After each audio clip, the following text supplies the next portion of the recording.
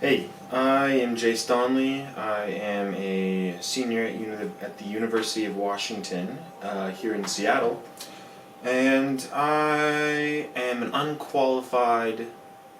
I have some unqualified, non-expert opinions on the war in Ukraine.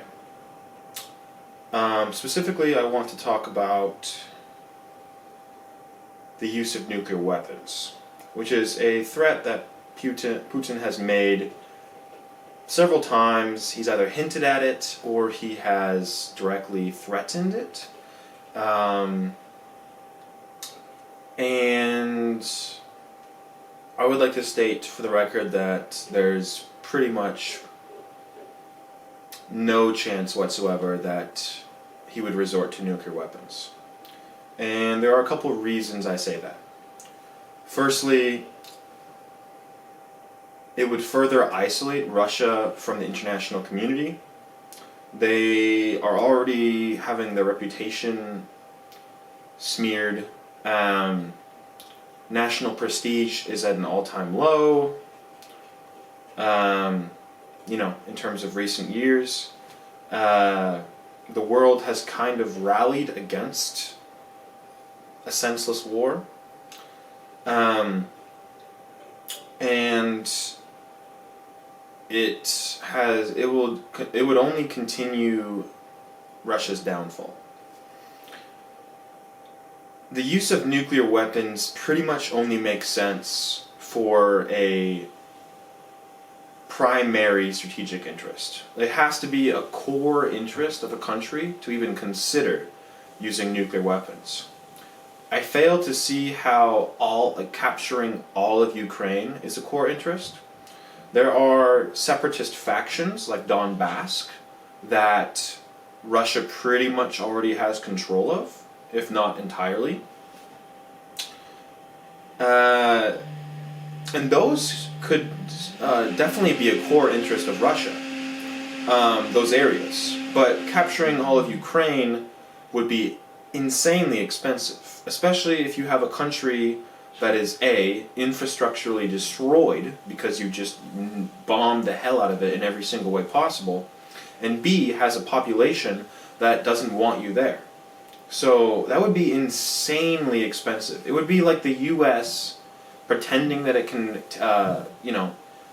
elect its own leaders in Afghanistan. Now, you might say that's a pretty inaccurate comparison because Afghanistan is extremely culturally different from the United States. And unlike Ukraine, which is right on Russia's borders, Afghanistan is quite a ways away from the US, which can help make it more expensive. But the truth is, at the end of the day,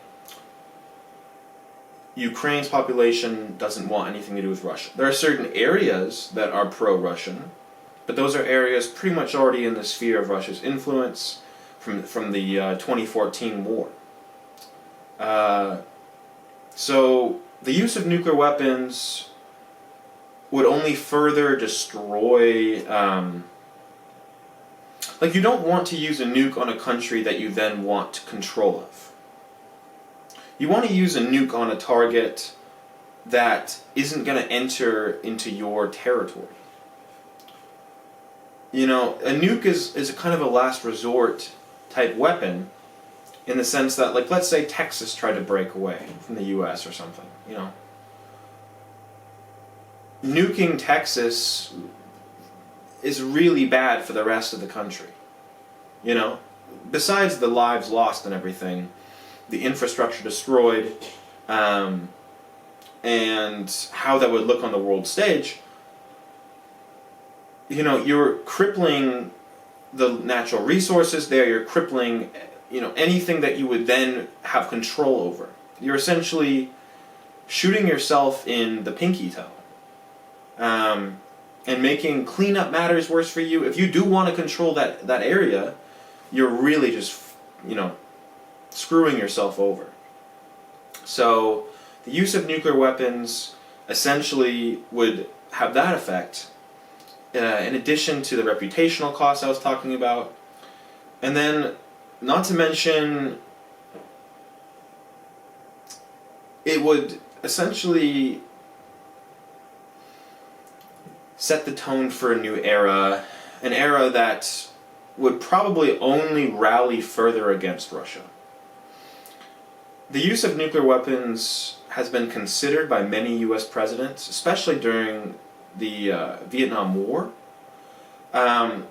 It was considered heavily back when the U.S. was the only nuclear-equipped nation. And despite the fact that we've had some pretty awful imperialistic presidents, like Nixon, it was never used. The argument has been made to me by fellow political science students, as well as just friends of mine, that Putin is off the rails, not completely sane, failing health, that type of thing. His face looks a little bloated. He's definitely possibly emotionally compromised in certain ways, where he replaced pretty much everyone in his staff because he fears poisoning. But that's also something that someone might do out of a pure utilitarian rational interest. It doesn't necessarily mean that he can't see reality. It's a pretty common tactic to appear unhinged, to appear irrational, in order to save your skin when you have a nuclear weapon. North Korea is a perfect example. The U.S. has always made it seem like Kim Jong-un is a little fat rocket man that doesn't understand how the real world works, and that, could just declare war at any second, any moment, just destroy everybody. But that's not the case. He's a rational human being. He, unlike the rest of the population of North Korea, is fully in the know. He has his own intelligence services. There's really nothing that indicates he's irrational. Now, he might have a different cultural background or different perspective on things than the U.S., but to have a nuke, to risk the U.S.'s wrath in order to develop a nuke, seems like a pretty smart idea when you consider what the U.S. has done to countries without a nuke. We've made promises not to invade countries that stopped their nuclear programs and then tried regime change. So, it's possible that Putin is, Russia is a master of misinformation and misleading. Russia is the magician of all nations when it comes to controlling the narrative. Before they, I think it was like a chemical, it was like an ammonia treatment plant. Before they attacked it, I think 4 days ago, maybe a week ago, they said that Ukraine, this is a message to their own people, to their own citizens of Russia, that Ukraine was going to try to launch an attack. Their intelligence uncovered a plot to destroy this ammonia plant or whatever, and that they were going to do their best to defend it. A day later, their own missiles hit it. But how is the average Russian citizen going to know that? So they're always ahead of things. And authoritarian governments have to be ahead of things. China has, when there's going to be a democratic protest or COVID or anything, because it doesn't have the same legitimacy through democratic means that other countries have, elections and such. It has to have legitimacy in a different way, which is going to be results, which is going to be success, which is going to be economic improvement. And for the past many years, China has been succeeding at that hugely. So, authoritarian governments, they have to get ahead of things. That's where their legitimacy comes from results. The U.S. can be a blundering idiot sometimes and pretend that climate change isn't real, or just completely, every 4 years completely change its mind on something, depending on who's in power, no matter how expensive that is to the average person, or how little sense it makes. But the U.S. does have legitimacy through election. Even if it's not a perfect system, that's a topic for a different video. So Russia has to get ahead of things, and they're really great at disinformation, misinformation. But Putin is not irrational. He's not insane. He's not compromised. He knows what's happening. He knows that the West is not always as coordinated as they could be. He knows that the West is often scared of getting into a deeper conflict. And because we are democratic countries, unlike in Russia where they can just quell any kind of rebellion, gas prices go up, and it'll show in the next election, perhaps. So he has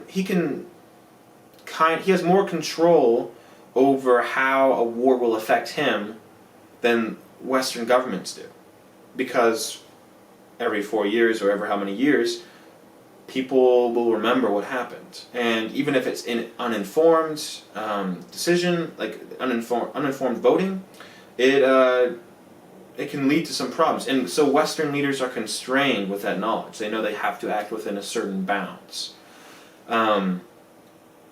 Especially if you're a Democratic president, for the Democratic Party that has claimed that they're going to pull out of Afghanistan, they're going to pull out of here, they're going to end all wars, and all that kind of stuff.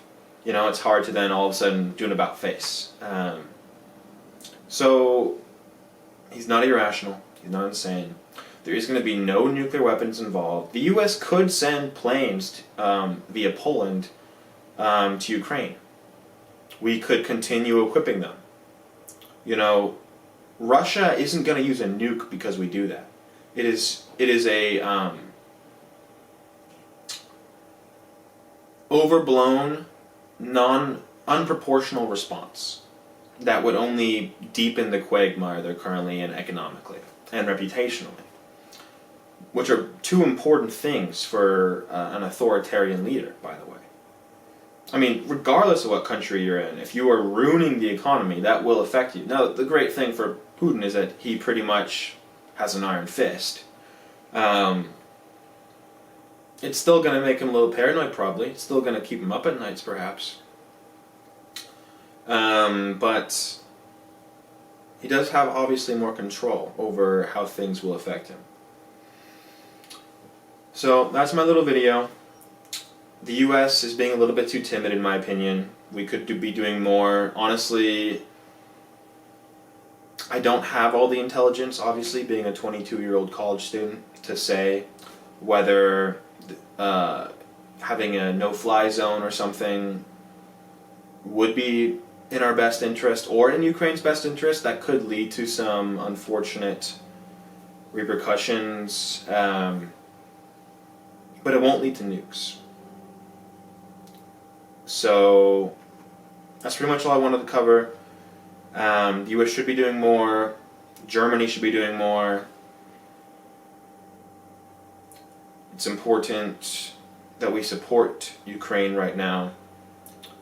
And it's horrible what's happening there. But people in the U.S., politicians are dragging their heels unnecessarily over concerns that are unfounded. And that's just how it is.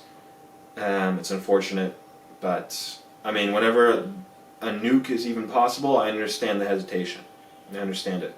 But to launch a nuke at a country bordering Russia, I mean, can you imagine us nuking Mexico City, how that would affect us, our own agriculture, our own livelihood, our own health of our people? It just doesn't make very much sense at all, really. So yeah, thanks for watching. Thanks for listening to my unsolicited, non-professional opinion on this matter. Really, the only qualifications I have are 3 years of political science and a deep interest in wars and international security. So,